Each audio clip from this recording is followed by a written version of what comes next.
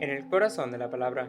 Reflexiones de Padre José María, SCTJM, sobre las lecturas diarias de la Santa Misa. Viernes de la primera semana del tiempo ordinario. Solo Dios puede perdonar los pecados. Buenos días, querida familia. Hoy en el Corazón de la Palabra, Jesús está enseñando y predicando en la casa de Simón Pedro. Cuando 4 hombres traen un amigo en camilla por el techo de la casa de Simón, para que Jesús lo sane. Las sanaciones de Jesús son poderosas. Ha expulsado un demonio en la sinagoga en sábado. Ha sanado a la suegra de Simón.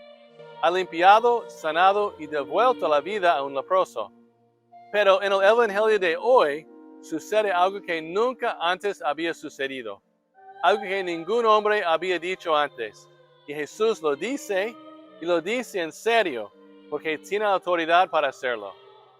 Cuando el paralítico es bajado por el techo de la casa de Simón, lo primero que hace Jesús es mirar al paralítico con compasión. Pero no lo sana inmediatamente. Hermanos y hermanas, esta es una enseñanza muy importante. Jesús pudo haber sanado al hombre inmediatamente, pero no lo hace. Y es que hay un sufrimiento que es más grave y que clama más profundamente a Jesús. Y ese es el sufrimiento del pecado. Sin que el paralítico diga una palabra, Jesús lo mira y le dice, tus pecados le quedan perdonados. Y todos saben que solo Dios puede perdonar los pecados. Hermanos y hermanas, Jesús es el Hijo eterno de Dios y ha venido para nuestra salvación, para perdonar nuestros pecados y para darnos la vida en abundancia. Aleluya.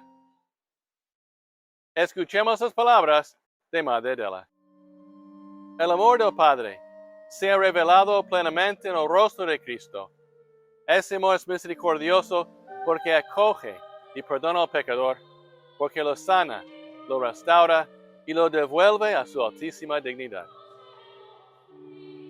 Todo por el corazón de Jesús, a través del corazón de María.